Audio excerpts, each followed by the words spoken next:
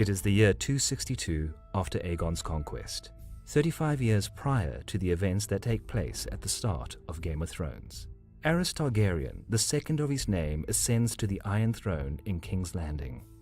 During the first years of his reign, the Seven Kingdoms were thriving, and the ambitious young king strived to maintain prosperity. The majority of the old administration was replaced with fresh faces. Shortly, Aerys befriended a young knight, Sir Tywin Lannister, heir of Casterly Rock.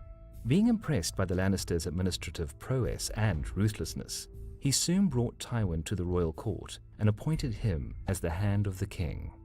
It was a smart move, as the new hand perfectly complemented the king's shortcomings, whose desire was to be the greatest ruler the Seven Kingdoms had ever seen.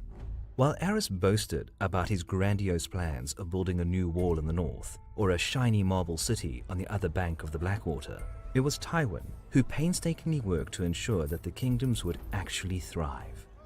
Years passed, and it was slowly becoming obvious that the realm's prosperity was in fact solely due to Tywin's merit, though he gained little love for his service, as he was stern, insensitive, and brutally effective.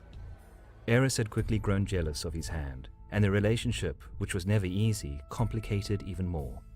The king's mental health degenerated over the years after multiple miscarriages and stillborns by his sister wife Rhaella, and the Dusken Dale Mutiny, where Aerys was captured by the mutineers and imprisoned for half a year. Although Lord Tywin and Sir Barristan Selmy managed to free him, from then on, the king feared for his life and didn't leave the Red Keep in King's Landing at all. His suspicious nature gradually plunged into paranoia, and Aerys slowly descended into madness. He soon started to thwart Tywin's actions as a hand and belittle his achievements. But even after the death of his beloved wife, Tywin stood firmly at the king's side. Yet things started to change in 281 AC, when King Aerys appointed Tywin's son and heir, 15-year-old Jaime Lannister, as the youngest ever member of the King's Guard. On the surface, it was a great honor for House Lannister, yet with this cunning move, Aerys stripped his hand of an heir. Lord Tywin, whose ambition was to restore the might of his house, was clearly enraged upon the king's decision and soon returned to Casterly Rock, giving up his position as royal counselor. It seemed that the Targaryen king finally accomplished his goal. Later that year, a great tournament in Harrenhal took place as part of the festivities celebrating the advent of spring, even though winter hit back twice as hard later that year. Anyway, many of the great lords gathered at Harrenhal, and even King Aerys himself attended the tourney. The day belonged to Prince Rhaegar Targaryen, heir to the crown, who managed to unhorse and defeat several renowned opponents. Yet after the last bout was won, the champion was allowed to choose a new queen of love and beauty. Surprisingly enough, Rhaegar rode past his own wife, Elia of Dawn, and bestowed the crown of blue roses to Lyanna Stark, daughter of the Lord of Winterfell. It was a scandalous act, not only because the crown prince was married, but also because Lyanna was already betrothed to Lord Robert Baratheon. Sometime later, Rhaegar and Lyanna met again near Harrenhal, and soon both disappeared, using the help of the King's Guard. While Rhaegar's behavior during the Harrenhal tournament seemed to be forgiven, the supposed abduction of Lyanna Stark was just too much to bear for her brother, Brandon Stark, heir of Winterfell. Brandon, together with his retinue, was on his way to wed Catelyn Tully in Riverrun, but as soon as he heard the news about his sister, he picked his best men and rode straight to the capital. He reached the gates of the Red Keep and, being unaware that the prince was not there, shouted for Rhaegar to come out, demanding his life. King Aerys had his company arrested for supposedly plotting the murder of the crown prince, and summoned his father to answer the alleged crimes. Lord Rickard Stark soon arrived in King's Landing with 200 men and demanded a trial by combat. The king granted his request, but chose fire as the royal champion. While the Lord of Winterfell was burnt alive, Brandon strangled himself to death, trying to rescue his suffering father. Not a single Northman who accompanied Brandon and Rickard to the capital would ever see the North again. Afterwards, King Aerys demanded Jon Arryn, Lord of the Vale, to send him the heads of Robert Baratheon and Eddard Stark, who were at the Eyrie and who were most likely eager to avenge the death of the Northmen. But Lord Arryn refused to do so, and instead raised his banners in an open rebellion. the ravens were sent to all houses across the 7 kingdoms to gain the much-needed support to oppose the Mad King.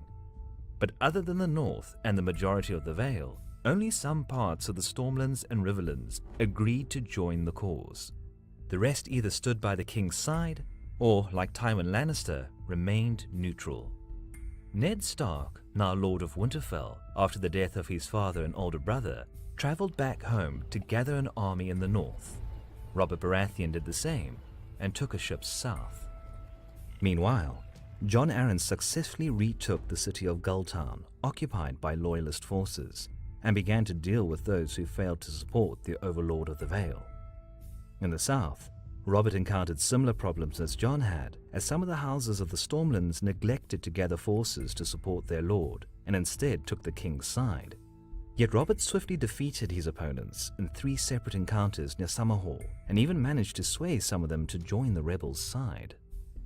The next moons were marked by war preparations, and in late 282 AC, Robert finally departed Storm's End with his troops, marching to unite with the rebel forces in the north. Of course, those who remained loyal to the crown didn't just sit and wait. Fierce Lord Randall Tarley of Horn Hill, leading the vanguard of the combined forces from the Reach, ambushed Robert's troops near Ashford and dealt a considerable blow. The main force of the Loyalists, commanded by Lord Tyrell, eventually joined Tarley's vanguard. But Robert regrouped and managed to retreat north, despite the losses. The Lord of Highgarden eventually gave up the pursuit and decided to march east and soon besiege Storm's End, the garrison of which was commanded by Robert's younger brother, Stannis Baratheon. That wasn't the end of Robert's problems, though. The royal contingent under Lord John Connington departed the capital, hoping to intercept Robert's army. Connington traced them all the way to Stony Sept, where Robert tried to conceal himself using the help of the townsmen. Upon their arrival, the royal soldiers began to search for the rebels, but without much luck. 2 days later, the united rebel forces under Lords Stark and Tully arrived from the north and engaged the royal troops. Fierce fighting began amid the town's streets and alleys. It is said that Robert Baratheon stepped out of a brothel to join the battle and dueled Lord Connington, almost killing him. True or not, Connington saw that his men were losing to the larger rebel force and commanded a general retreat. This was the first major victory for the rebels' side in the war.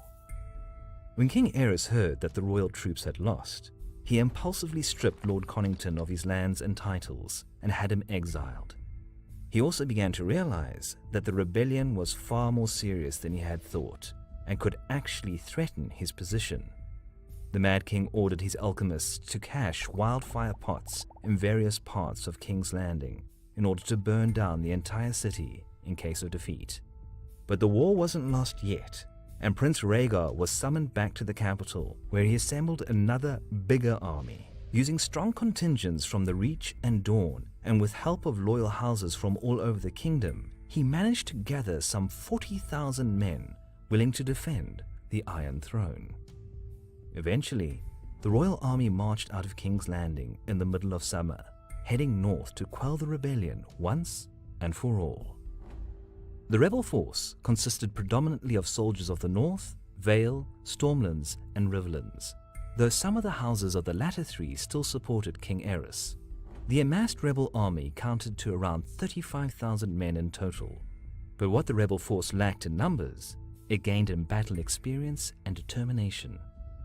When the scouts reported that Rhaegar's army was about to cross the Trident River, the rebels commanded by Robert marched to engage them. Battle ensued, just as the majority of the royal forces crossed the wide ford and were struck by the rebels. Tight combat raged for hours, as neither side was able to dominate the enemy. Even the successful charge led by the Valemen, which smashed the advancing right flank of Leowen Martell and killed the Dornish prince, couldn't turn the tide of the battle. Finally, somewhere in the center, Robert Baratheon reached the position of Crown Prince Rhaegar Targaryen and challenged him to single combat. Although Rhaegar managed to injure his opponent, Robert crushed the prince's chest with his warhammer in a killing blow. Rhaegar's armor shattered, and rubies encrusting his breastplate scattered all around. The death of the Crown Prince had an immediate effect on his troops. In a matter of minutes, all of the royal forces were in full rout and the battle was essentially over. The rebels now had an unobstructed route straight to the capital. Upon hearing who won the Battle of the Trident, Lord Tywin Lannister joined the war, gathering his army in Casterly Rock and rushed east to capture King's Landing. Robert hadn't recovered from his injury yet and requested his friend Lord Ned Stark to lead the vanguard of the rebel army to reach the capital before Tywin. But it was the Lannisters who arrived first, and Tywin tricked the king, convincing him to open the city gates. While the capital was sacked and looted, with no regard for the life of its people, the remaining loyalist troops formed the last stand at the Red Keep. A few days prior to Tywin's arrival, King Aerys sent his wife and second son Viserys to the safety of Dragonstone Stronghold, yet refused to allow Rhaegar's wife Elia Martell and her children to leave with them, suspecting that Prince Leowyn Martell betrayed Rhaegar at the Trident. Seeing that all hope was lost, Aerys ordered his master of pyromancers to ignite the wildfire and burn the city together with 500,000 of its inhabitants. Yet the lone member of the King's Guard guarding the king at the Red Keep, Sir Jaime Lannister, realized what Aerys wanted to do and rushed to save the city by killing the head pyromancer. Being afraid that the Mad King could order another alchemist to ignite the wildfire, Jaime made an uneasy decision, broke his oath, and slew the Mad King, avoiding such catastrophe. Lord Tywin had to quickly find a way to prove his loyalty to the victors, so he ordered his bannermen Gregor Clegane and Amory Lorch to murder Princess Elia Martell and her children. While Robert was crowned in King's Landing, being the only head of a great house truly wanting the Iron Throne, Ned Stark rode south, lifting the siege of Storm's End and reaching the Tower of Joy, where he found his sister Lyanna, dying with a child in her hands. The Mad King was dead, and the war was over. After almost 300 years of undisputed rule, House Targaryen no longer held the Iron Throne, and its last vestiges sought refuge in the east. The love affair between Rhaegar and Lyanna triggered the conflict that ultimately cost them their very lives, and set in motion the most fundamental shift of power in the Seven Kingdoms since Aegon's conquest, and setting the stage for the Game of Thrones. Okay, you can edit that out.